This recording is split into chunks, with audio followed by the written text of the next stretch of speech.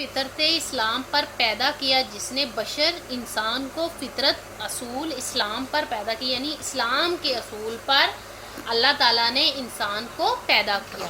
تمام انسانوں کو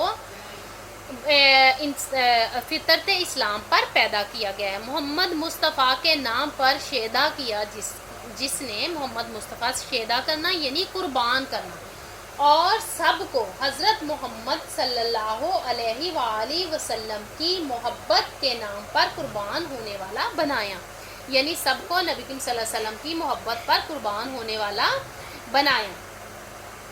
اب اس میں کیا کہا جا رہا ہے؟ تشریح طلب شعر کے پہلے مصرع میں شاعر کہتے ہیں کہ اللہ تعالیٰ تمام انسانوں کو فطرت اسلام پر پیدا فرماتا ہے، جس کی وضاحت فرمان رسول سے ہوتی ہے۔ آپ صلی اللہ علیہ وآلہ وسلم کا فرمان مبارک ہے، جو بچہ بھی پیدا ہوتا ہے وہ فطرت اسلام پر پیدا ہوتا ہے، پس اس کے ماں باپ اسے یہودی، نصرانی اور مجوسی بنا دیتے ہیں، اور اللہ کے نزدیک بھی پسندیدہ دین اسلام ہی ہے۔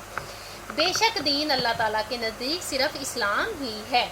مذہب اسلام ہی اللہ کا محبوب دین ہے۔ اسلام سلامتی اور امن کا دین ہے۔ یہ زندگی فطرت کے عین مطابق ہے، یہ انسانی فطرت کے عین مطابق ہے، کیونکہ جو انسان بھی پیدا ہوتا ہے وہ اسلام کی فطرت پر ہی پیدا ہوتا ہے۔ اسی فطرت انسانی فطرت کی طرف سے قرآن مجید نے اشارہ کیا ہے، اپنا منہ سب سے موڑ کر دین کی طرف کر لو، یہی وہ فطرت ہے جس پر خدا نے لوگوں کو پیدا کیا۔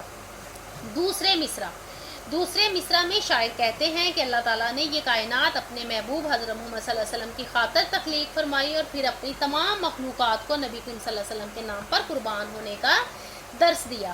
علامہ اقبال بھی ہمیں نبی کریم صلی اللہ علیہ وسلم کے نام مبارک کو عام کرنے کا درس اس طرح سے دے رہے ہیں: قوت عشق سے ہر پست کو بالا کر دے، دہر میں اس میں محمد سے اجالا کر دے۔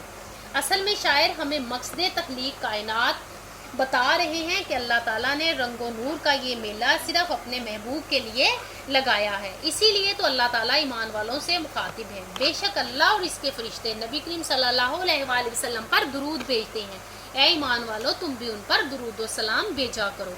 کسی شاعر نے کیا خوب کہا ہے: کامل نہیں کسی کا بھی ایمان تیرے بغیر، کامل نہیں کسی کا بھی ایمان تیرے بغیر، ہے رحمت خدا بھی ورزاں تیرے بغیر۔